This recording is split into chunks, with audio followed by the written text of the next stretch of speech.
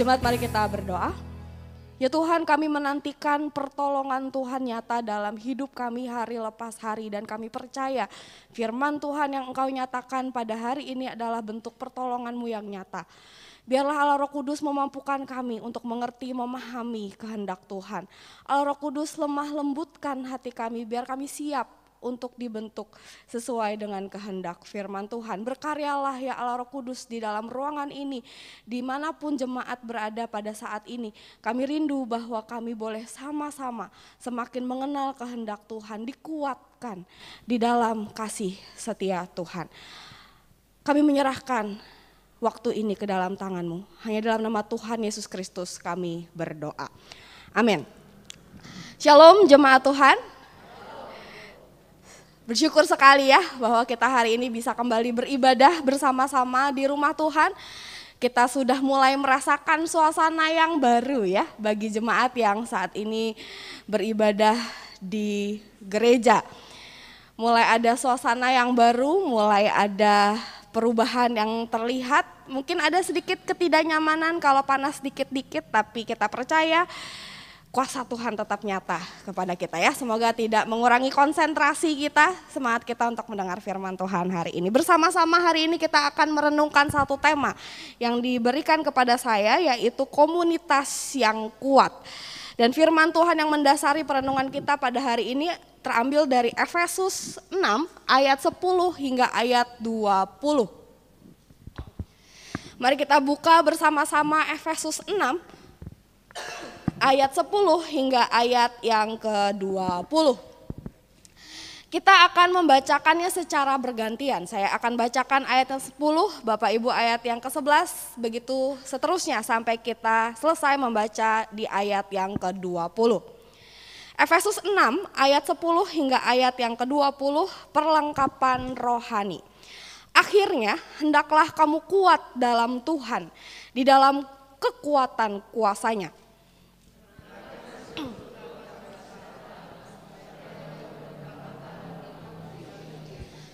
Karena perjuangan kita bukanlah melawan darah dan daging, tetapi melawan pemerintah-pemerintah, melawan penguasa-penguasa, melawan penghulu-penghulu dunia yang gelap ini, melawan roh-roh jahat di udara.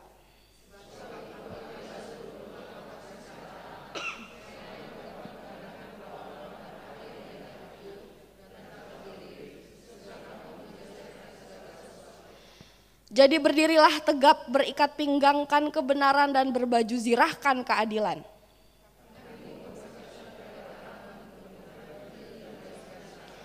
Dalam segala keadaan pergunakanlah perisai iman, sebab dengan perisai itu kamu akan dapat memadamkan semua panah api dari si jahat.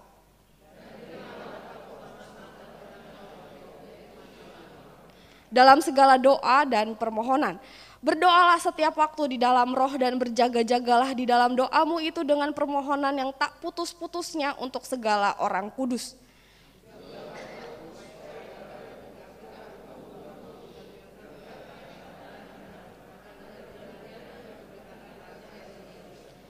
Yang kulayani sebagai utusan yang dipenjarakan, berdoalah supaya dengan keberanian aku menyatakannya sebagaimana seharusnya aku berbicara.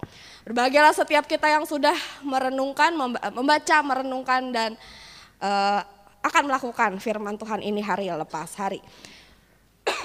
Maaf, jemaat sekalian, pernah nonton film ini? Kelihatan nggak ya? Apakah yang di belakang bisa lihat sampai PPT? Puji Tuhan. Ya, pernah nonton film World War Z? Mungkin anak-anak yang lebih muda yang pernah nonton ya.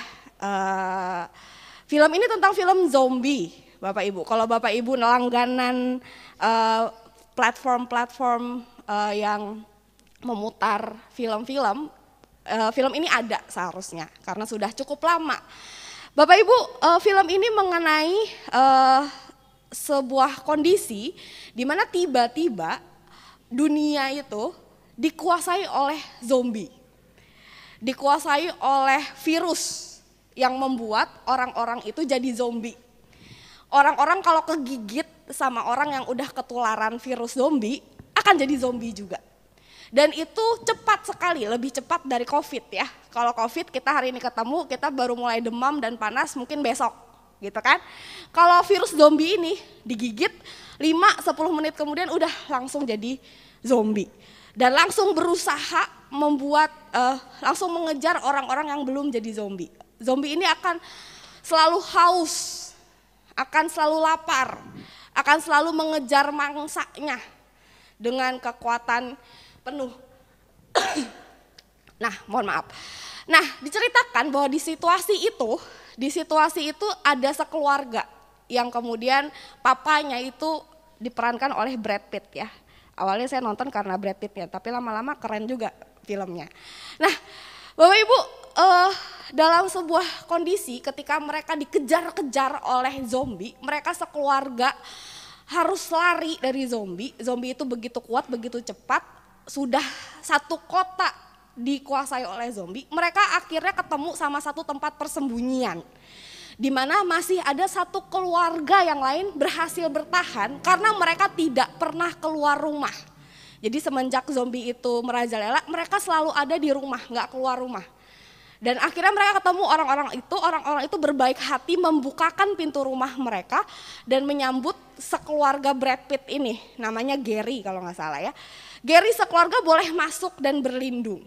Puji Tuhan akhirnya mereka selamat. Tetapi setelah mereka menginap 1-2 hari, si Gary ini mengatakan kepada keluarga yang menyambut mereka, keluarga yang tinggal di rumah sehingga mereka bisa selamat dari zombie itu. Dia mengatakan begini, movement is life. Those who survived move. Pergerakan itu yang memberikan kesempatan untuk hidup.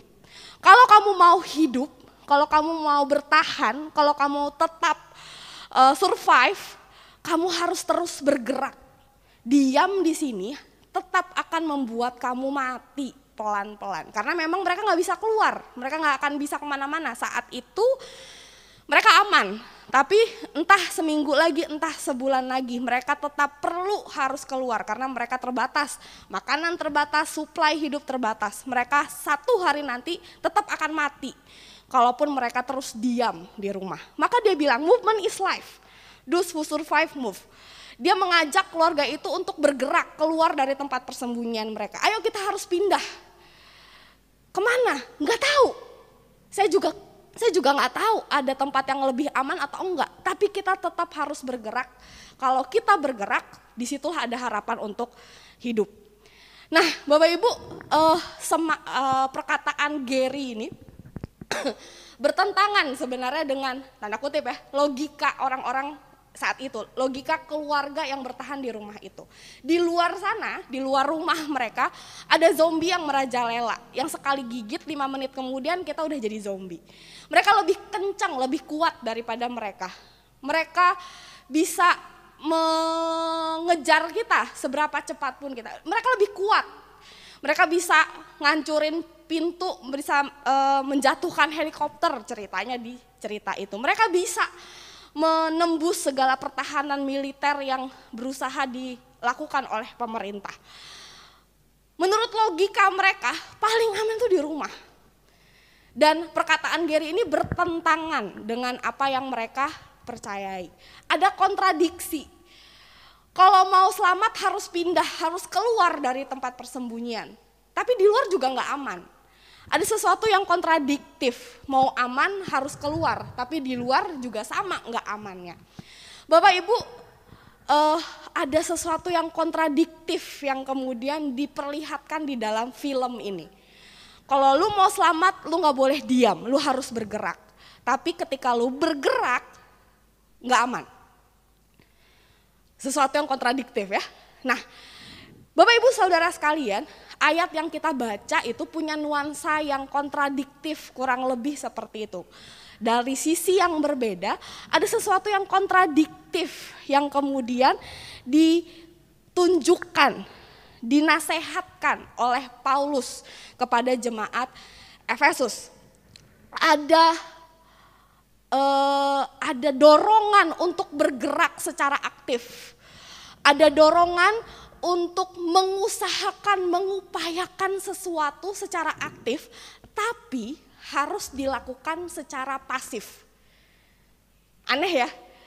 Ada dorongan untuk aktif mengusahakan sesuatu, tapi caranya harus dengan pasif, menjadi pasif. Jadi ada dorongan untuk pasif actively. Ada harus bergerak, harus melakukan sesuatu secara aktif, tapi hanya bisa dilakukan, hanya berhasil dilakukan kalau kita melakukannya secara pasif juga. Kontradiktif ya, bingung ya Bapak Ibu ya. Nah, kita bisa coba lihat satu persatu. Perintah ayat yang kita baca itu sebenarnya intinya adalah perintah untuk menjadi kuat. Itu ada di ayat 10 ya. Itu sebuah kesimpulan yang Paulus kemudian sampaikan kepada jemaat Efesus setelah di ayat 4, di pasal 4 ayat 1, di pasal 4 ayat 1, Paulus itu mengingatkan jemaat supaya mereka hidup berpadanan dengan Injil. Beberapa minggu yang lalu kalau nggak salah Pak Hendy yang khotbah ya, kita harus hidup berpadanan dengan Injil.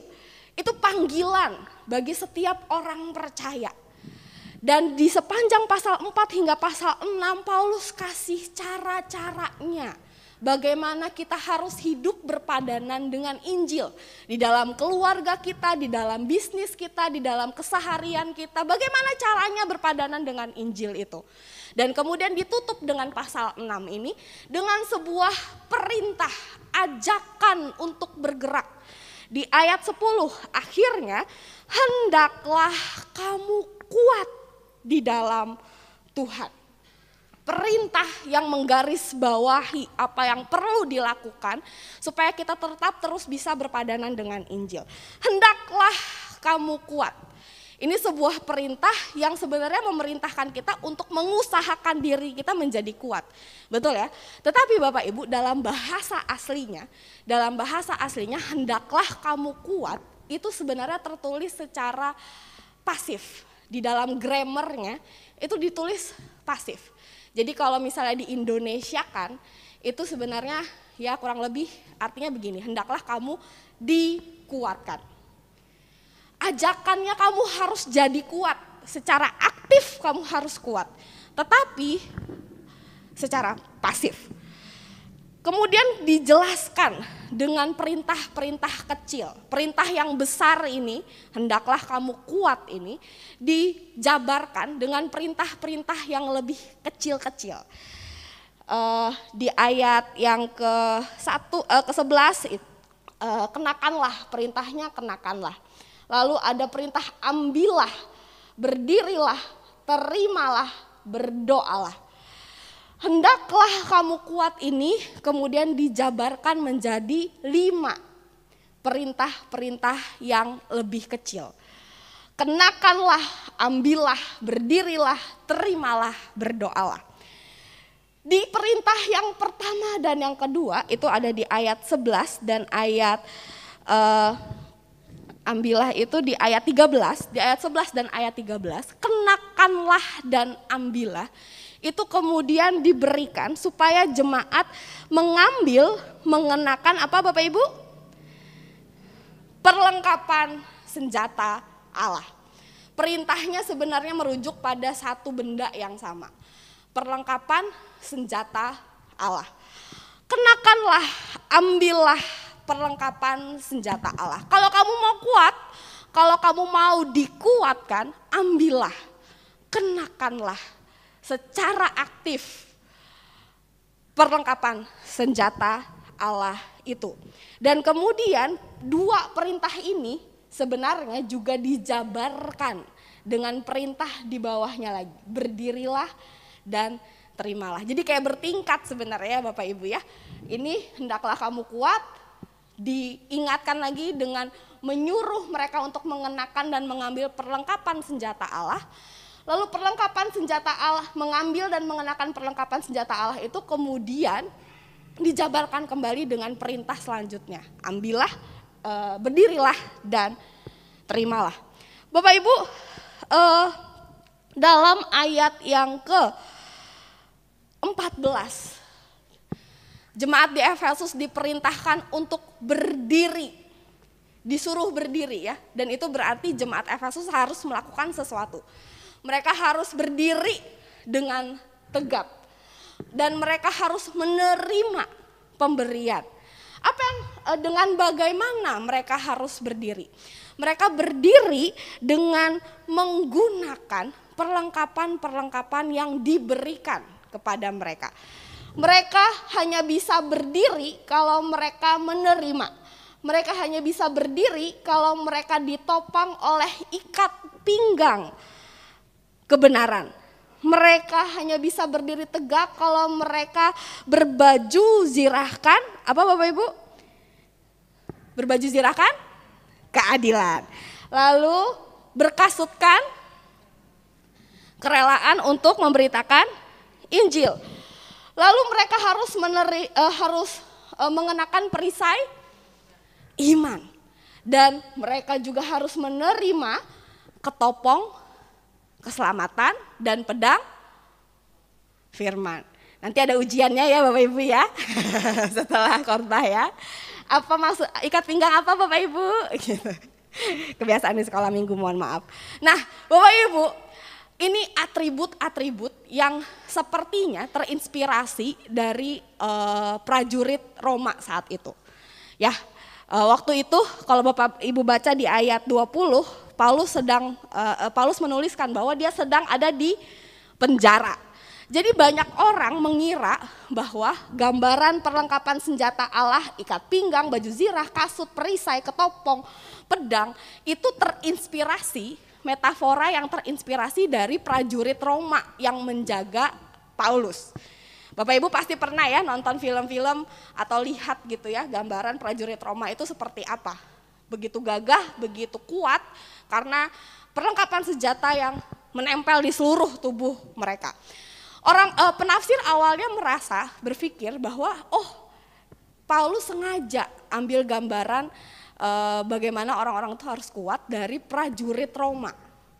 Tetapi Bapak Ibu kalau kita perhatikan dengan sungguh-sungguh sebenarnya enggak juga. Kenapa? Karena kalau kita perhatikan ikat pinggang, baju zirah, kasut, perisai, ketopong, pedang itu enggak semuanya ya. Enggak semua dari satu set baju zirah prajurit. Masih ada bagian-bagian yang lain yang perlu dipakai, misalnya pelindung dada, misalnya atau sarung tangan. Kenapa Paulus enggak sertakan sarung tangan besi itu? Kenapa Paulus enggak pakai busur atau panah? Kenapa Paulus enggak sertakan pelindung kaki di gambarannya? Karena ternyata bukan itu satu-satunya inspirasi Paulus ketika dia menuliskan gambaran ini. Bapak Ibu, gambaran ikat pinggang, baju zirah, kasut, perisai, ketopong, dan pedang itu sebenarnya Paulus pakai dari atribut-atribut Allah sebagai divine warrior. Sebagai divine warrior yang digambarkan di dalam perjanjian lama. Di dalam perjanjian lama para nabi itu suka menggambarkan Allah bukan sebagai raja sebenarnya. Tapi sebagai panglima perang. Sebagai jenderal dari umatnya. Orang yang memimpin umatnya di dalam peperangan. Bapak Ibu mari kita buka Yesaya 11 ayat 4 hingga ayat yang ke-5. Yesaya 11 ayat yang ke-4 hingga ayat yang ke-5.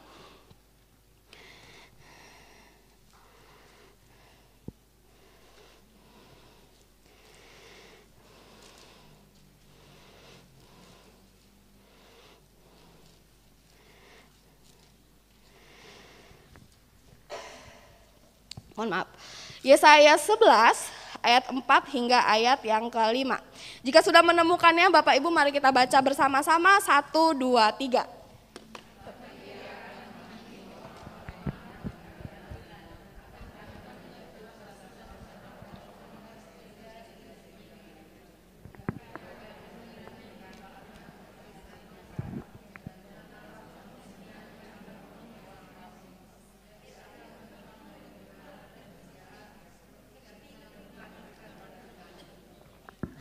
Ada hal-hal yang mirip dengan Efesus ya Bapak Ibu ya. Apa aja Bapak Ibu?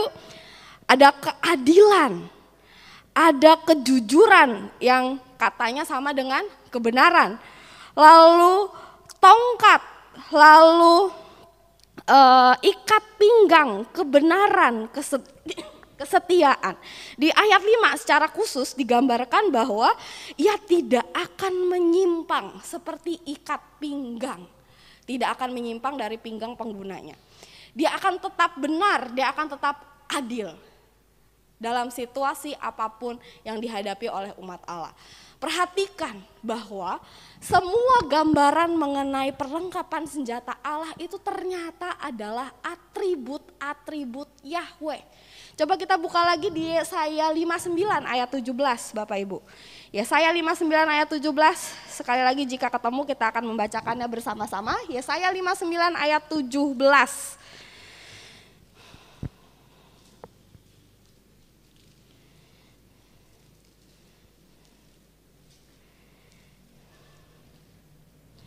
Jika sudah menemukannya mari kita bacakan bersama-sama Yesaya 59 ayat 17, 1, 2, 3.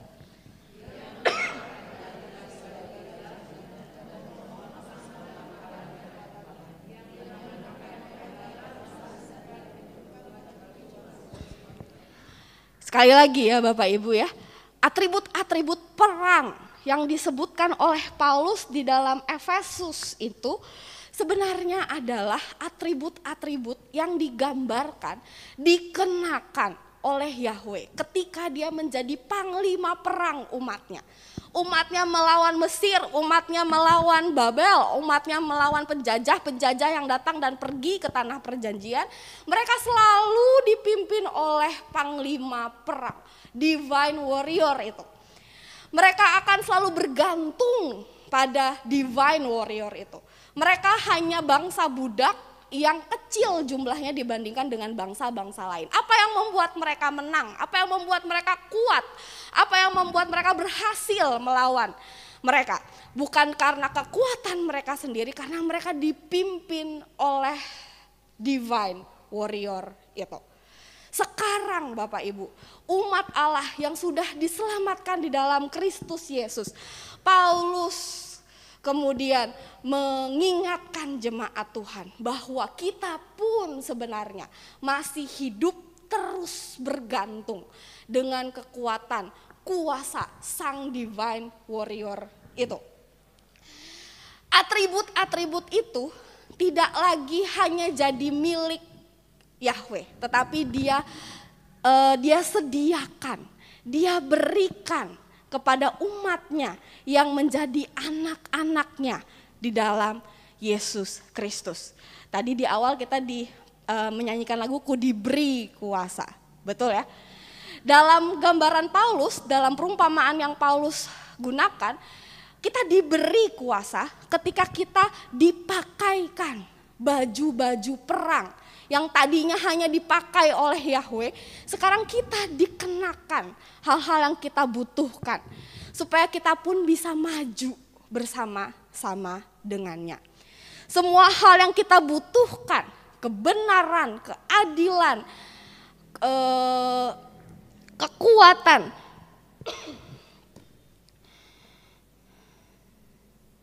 kerelaan untuk memberitakan Injil, iman, keselamatan. Itu semua ia berikan selama kita terus berperang, terus maju di tengah-tengah dunia ini. Bapak Ibu, kita itu seperti ini sebenarnya. Bapak Ibu sering melihat pohon seperti ini ya, di pinggir-pinggir jalan, terutama di perumahan-perumahan baru biasanya, atau di jalan-jalan yang baru dibangun. Di tengah-tengah jalan atau di pinggir-pinggir jalan akan ada banyak pohon-pohon yang masih kecil-kecil seperti ini, dan biasanya akan ditopang oleh potongan-potongan bambu. Betul ya? Pohon itu bisa berdiri, betul ya? Mereka sudah ditanam, mereka sudah tertancap ke tanah, tapi mereka tetap butuh ditopang oleh bambu-bambu di sekitar mereka supaya mereka tetap tegak. Kalau nggak ditopang, mereka berdiri sih, tapi miring, betul ya?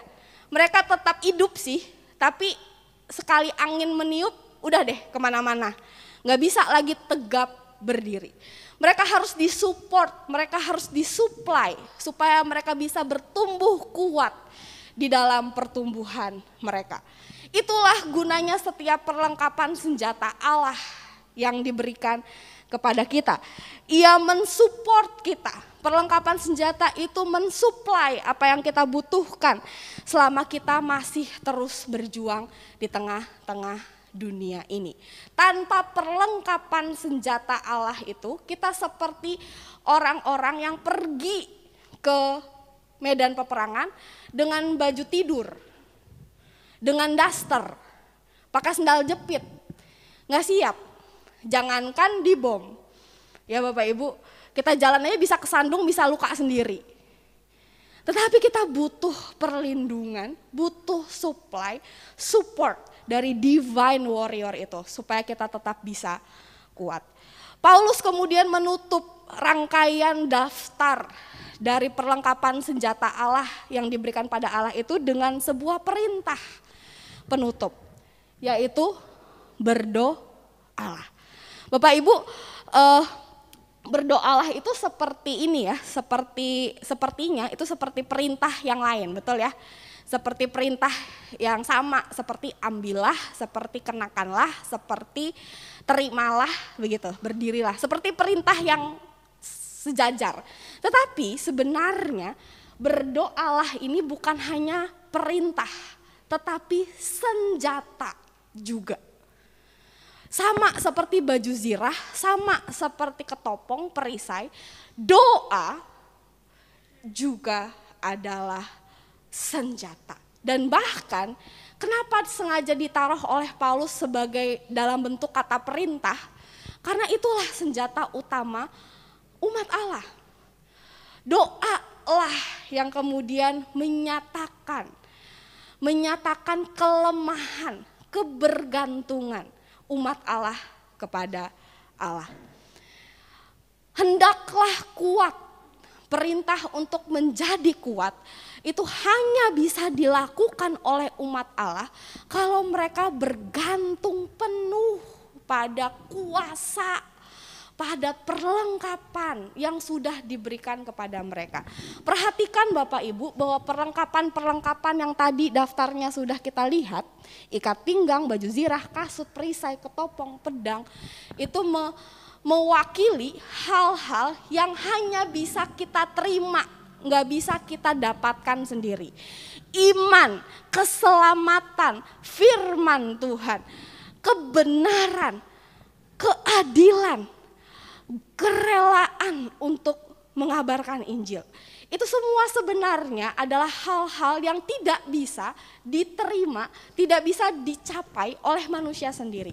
Tuhan itu seolah-olah memakaikan satu persatu, seperti kita kalau memakaikan cucu kita pakaian satu persatu, supaya dia bisa memakai semua perlengkapan senjata Allah.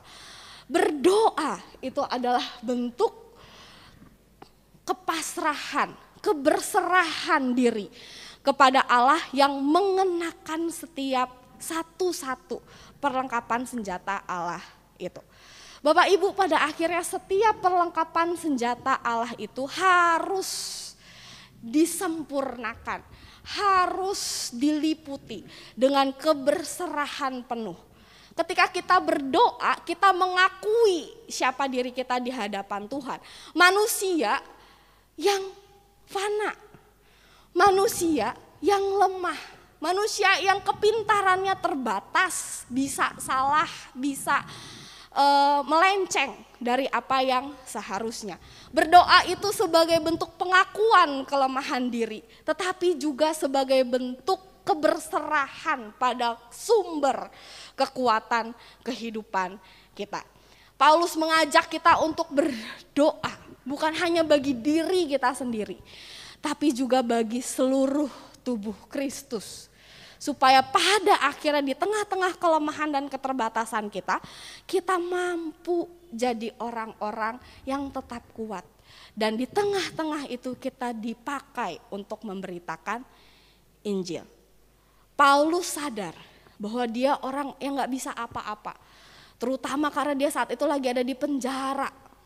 Tetapi dia tahu bahwa penjara itu tidak membatasi panggilan Tuhan untuk memberitakan Injil. Maka dia butuh pertolongan Tuhan. Makanya dia minta jemaat mendoakannya. Supaya kelemahan keterbatasannya tidak menghalanginya untuk tetap mengerjakan panggilan Tuhan di dalam keterbatasannya. Bapak Ibu, kadang-kadang kita suka berbanding terbalik sama Paulus itu ya. Kita seringkali merasa merasa kuat sehingga kita bisa melakukannya sendiri. Pada akhirnya kita bisa capek, pada akhirnya kita bisa gagal, pada akhirnya kita terbatas dengan berbagai situasi dan kondisi. Dan pada akhirnya kemudian kita pakai segala kelemahan keterbatasan kita untuk jadi excuse supaya tidak memberitakan Injil. Saya terbatas, saya nggak bisa apa-apa, saya sibuk, saya punya banyak halangan, nggak bisa saya melayani, nggak bisa saya menceritakan kasih Tuhan, saya nggak bisa jadi saksi Tuhan. Tetapi melalui Efesus ini Paulus mengingatkan segala hambatan itu tidak akan menghalangi kita. Bahkan Tuhan akan senantiasa membuat kuasa dan apa yang jadi atributnya itu tersedia bagi setiap umat Allah yang mau datang dan berserah kepada pertolongan Tuhan. Tuhan membuat semua hal yang ia miliki bisa diakses oleh umatnya, dipakai oleh umatnya, supaya mereka mampu mengatasi semua kelemahan dan keterbatasan diri mereka mengerjakan panggilan Tuhan. Dan bahkan mereka mampu untuk mengatasi tantangan yang paling berat selama mereka ada hidup di dunia ini. Kenapa Paulus mendesak jemaat Efesus untuk tetap kuat di tengah-tengah dunia ini? Kenapa Paulus memerintahkan orang-orang untuk mengenakan atribut-atribut Allah di dalam hidup mereka? Karena di ayat 11 Bapak Ibu, di ayat 11 dan di ayat 12 Paulus kemudian memberikan realita, memberikan fakta bahwa perjuangan kita di tengah-tengah dunia ini melawan kuasa, pemerintah, pihak-pihak yang bukan dari daging dan darah. Mereka adalah iblis yang selalu berusaha membingungkan, menyesatkan manusia dengan berbagai tipu muslihatnya. Buat jemaat di Efesus, iblis itu nyatanya itu kelihatan dalam bentuk ya dukun, santet, jampi-jampi. Karena orang-orang di Efesus itu orang-orang yang memang sebelum mereka percaya, mereka itu melakukan hal-hal seperti itu. Mereka aktif dalam dunia perdukunan. Mereka terlibat dalam praktek kuasa-kuasa kegelapan. Sehingga ketika mereka dikasih tahu, kamu tuh ngelawan penguasa-penguasa di udara, roh-roh, pemerintah-pemerintah di udara, mereka langsung oh iya. Kuasa-kuasa itu jauh lebih kuat, jauh lebih pintar daripada kita. Bagaimana dengan kita yang hidup di zaman sekarang? Ngomong-ngomong soal dukun, jampe-jampe, santet, itu terasa jauh dari kita ya. Apalagi anak-anak muda zaman sekarang. Apaan sih dukun, apaan sih santet gitu ya. Berasa jauh banget dengan kita. Tetapi Bapak Ibu, kata kunci dari pekerjaan iblis itu ada di ayat 11. Yaitu tipu muslihat. Bukan jampe-jampenya, bukan santetnya, tapi tipu muslihat. Zaman itu kepada orang-orang di Efesus, iblis memberikan tipu muslihat bahwa ada kuasa yang bisa ngalahin kamu, kuasa-kuasa itu.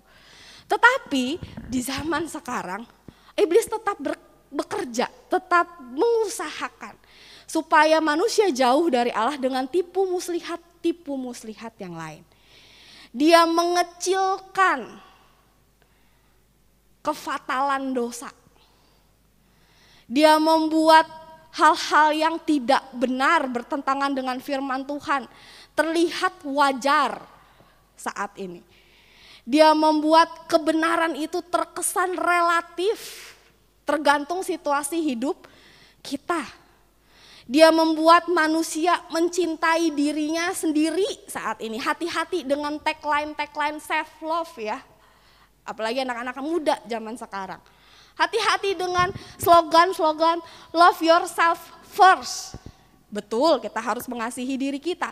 Tetapi kita hanya bisa mengasihi diri kita jika kita hidup di dalam kasih Allah. Zaman demi zaman, iblis selalu memberikan tipu muslihat yang relate dengan hidup manusia saat itu. Dia bisa muncul di sosmed kita. Dia bisa berusaha memberikan tips-tips parenting lewat TikTok, lewat IG.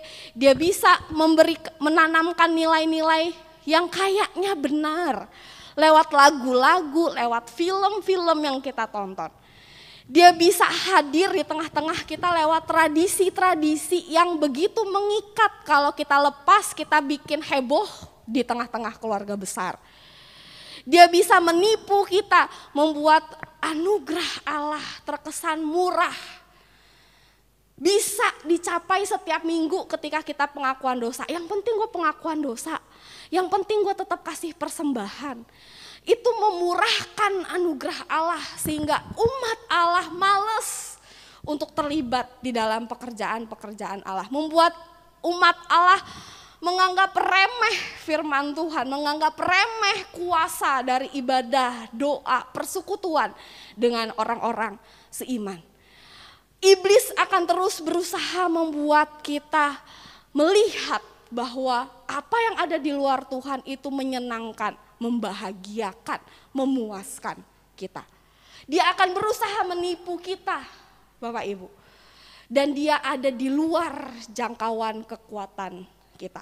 Oleh karena itu kita harus kuat, tapi kita juga harus terus bergantung kepada Tuhan. Salah seorang teolog pernah menuliskan bahwa salvation is free, but discipleship will cost your life. Keselamatan itu gratis, diberikan secara cuma-cuma, itulah anugerah. Tetapi hidup di dalam anugerah itu sebagai murid Kristus, harganya apa? Harganya seluruh hidup kita. Seluruh hidup yang diserahkan utuh ke dalam kuasa Tuhan.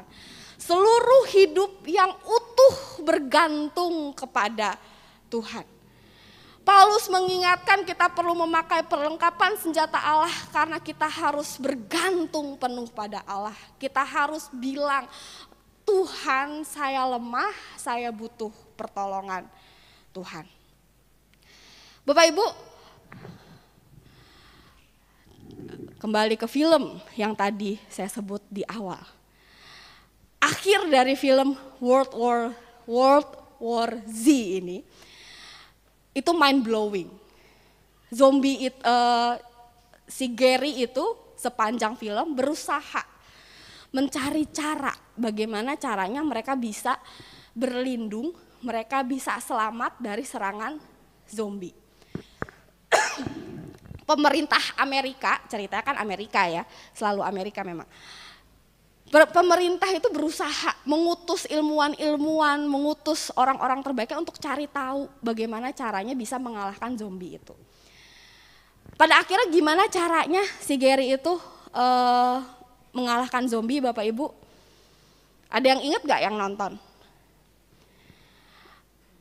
Menarik sekali bahwa caranya adalah dengan membuat diri mereka sakit. Lucu ya, mereka bisa selamat kalau mereka membuat diri mereka sakit. Dalam perjalanannya, dalam penelitiannya ke berbagai tempat, Gary kemudian menemukan bahwa zombie-zombie itu tidak bisa melihat, tidak bisa merasakan kehadiran orang-orang yang punya sakit yang parah. Cancer, SARS, orang-orang yang sudah pernah di kemo, orang-orang yang orang tua yang sudah komplikasi gitu. Orang-orang itu justru selamat dari zombie. Di akhir film, pada akhirnya si Gary itu menyuntikkan, dia pergi ke pusat penelitian penyakit-penyakit WHO dan dia cari penyakit yang ganas. Dan dia sengaja suntikan penyakit itu ke dalam tubuhnya. Dan berhasil.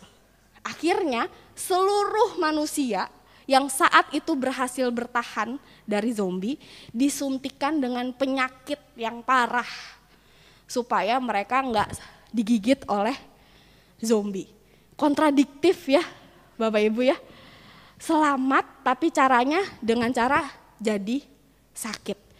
Bisa selamat dari zombie tapi dengan cara membuat diri mereka rapuh dengan penyakit.